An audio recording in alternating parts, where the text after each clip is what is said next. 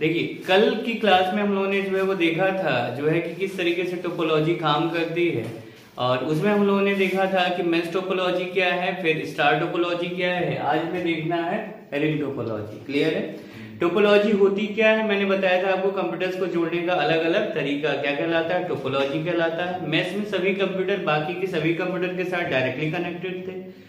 Star topology में सभी computer हमारे हब और स्विच की सहायता से जुड़े थे, लेकिन वहां पे भी एक ड्रॉबैक था कि अगर हब या स्विच हमारा खराब हो जाए तो फिर आगे के कंप्यूटर्स प्रॉपर काम नहीं करते थे।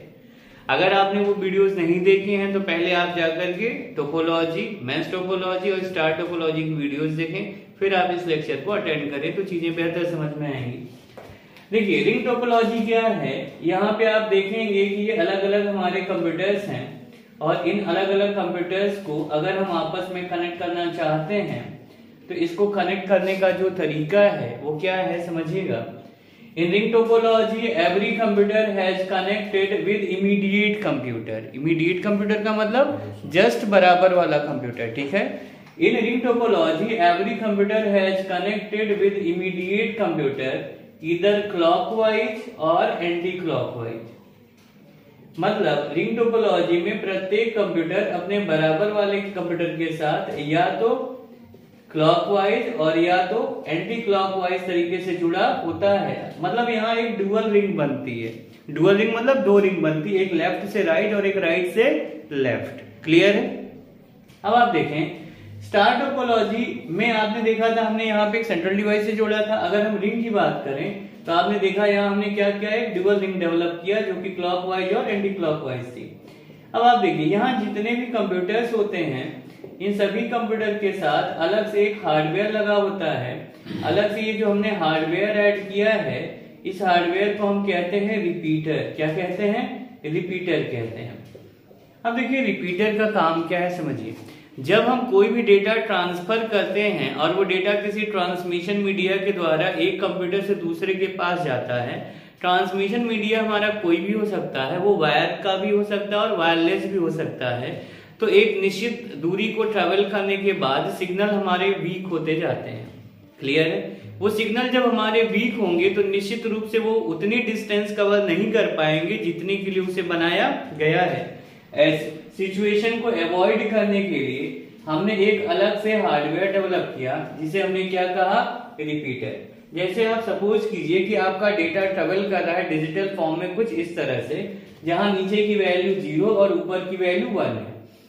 अब एक निश्चित दूरी को ट्रेवल करने के बाद ये सिग्नल वीक होगा, तो ये वीक ना हो इसके लिए हमने क्या किया कि बीच में यहाँ अलग से एक हार्डवेयर ऐड किया जिसे हमने क्या कहा, रिपीटर।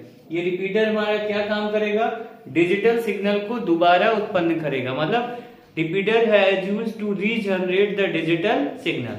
आपसे क्वेश्चन ये भी पूछा जाता है कि रिपीटर हमारा ओएसआई मॉडल में किस लेयर पे काम करता है। तो रिपीटर हमारा ओएसआई मॉडल की जब हम बात करेंगे तो वहां मैं आपको पढ़ाऊंगा डिटेल में ये किस लेयर पे काम करता है, फिजिकल लेयर पे काम करता है।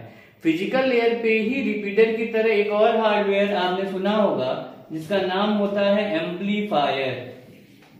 एम्पलीफायर देखिए सबसे बड़ा जो डिफरेंस है रिपीटर और एम्पलीफायर में वो यही है कि रिपीटर हमारा डिजिटल सिग्नल पे काम करता है, जबकि जो हमारा जो है एम्पलीफायर होता है ये हमारा क्या करता है, एनालॉग सिग्नल पे काम करता है। मतलब जब हमारे सिग्नल वीक होते हैं तो यहाँ पे हम लोग एनालॉग सिग्नल को दोबारा जनरेट करने के लिए किसका प्रयोग करते हैं, एम्पलीफायर का। तो एनालॉग सिग्नल आपको पता है किसके ऊपर डिपेंड करता है, फिजिकल क्वांटिटीज के ऊपर, जैसे टेम्परेचर है, प्रेशर है, हीट है, एनर्जी है। इन सब की बात करूं मैं, या जितने भी मेडिकल सेक्टर में चीजें आपने शब्द सुने होंगे, जैसे ऑक्सीजन लेवल की बात करें हम, या अपने बीपी की बात करें, ब्लड प्रेशर की, पल्स रेट वगैरह, क्या कभी इनकी वैल्यू फिक्स्ड होती है? नहीं, इसकी वैल्यू लगातार चेंज होती रहती है। तो वहां पे हम लोग क्या यूज करते हैं, अगर वैल्यू लगातार चेंज हो रही है मीन्स अगर हमारे सिग्नल एनालॉग हैं तो वहां हम सिग्नल को प्रोड्यूस करने के लिए किसका यूज करेंगे, एम्पलीफायर का।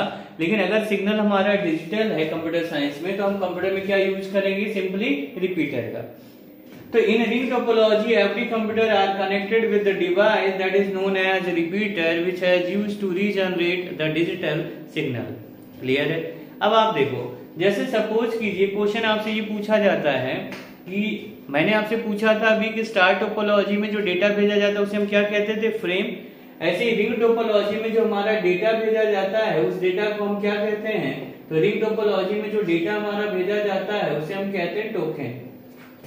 क्या कहते हैं, टोकन। आपने शब्द शायद सुना हो टोकन रिंग टेक्नोलॉजी।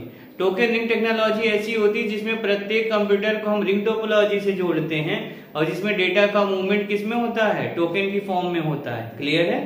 अच्छा, अब आप देखिए कि यहाँ पे अगर मैं बात कर रहा हूँ रिंग टोपोलॉजी की, तो इसमें एक क्वेश्चन बनता है कि रिंग टोपोलॉजी में पहले कंप्यूटर से आखिरी कंप्यूटर तक किसी डेटा को भेजने में जो समय लगता है उसे क्या कहते हैं। Amount of time needed to send the data from first computer to last computer, that is known as propagation time। क्या कहलाता है, propagation time कहलाता है।